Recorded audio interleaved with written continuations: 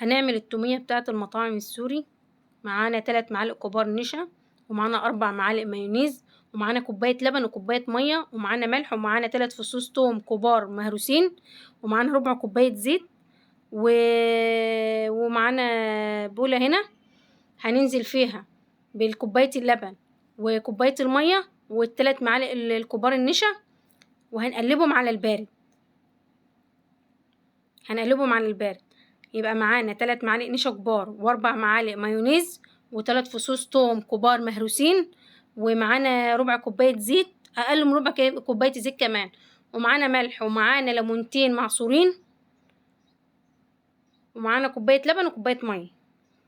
تمام كده بنقلبها اهوتي على البارد، وهنرفعهم على النار عشان ما يبقاش فيه اي تكتلات. ومجرد ما يمسكوا معانا هنسيبهم يبردوا كده. تمام جاهز معانا اهوتي كده، نزل من على النار. هنسيبه بقى، هفضيه في طبق وهسيبه بقى في جنب يبرد عشان اقدر اضربه في الخلاط. تمام هنا بقى اهوتي برد، هجيبه بقى هنزل فيه في الخلاط. تمام وهنزل عليه بال4 معالق مايونيز، وبال3 فصوص توم المهروسين، وربع كوباية الزيت، وبقول لكم اقل من ربع كوباية زيت كمان، والملح، والليمون المعصور، ليمونتين حلوين كبار كده معصورين.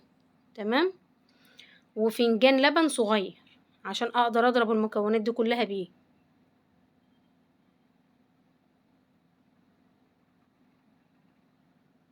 كده اهوتي نزلنا بتاع النشا اللي ربط معانا، ونزلنا بالثوم المهروس. هننزل بالزيت، انا بقول لكم اقل من ربع كوبايه الزيت، وهنزل هنا بالليمونتين المعصورين. تمام وهنزل هنا بالملح، ما تكتروش ملح يعني على حسب ما تدوقوا تشوفوه. وهنزل هنا بقى بال4 معالق المايونيز، وهنزل بفنجان اللبن.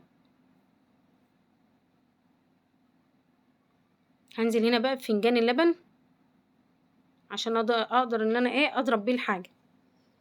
هضربه بقى في الخلاط وهيكون جاهز معانا بقى. واحلى بقى، احلى توميه بتاعه المطاعم السوري، جميله طبعا بقى. بتستخدموها في السندوتشات، على البانيه، على الشاورما، مع الرز البسمتي والكفته، ما شاء الله اللهم بارك، جميله.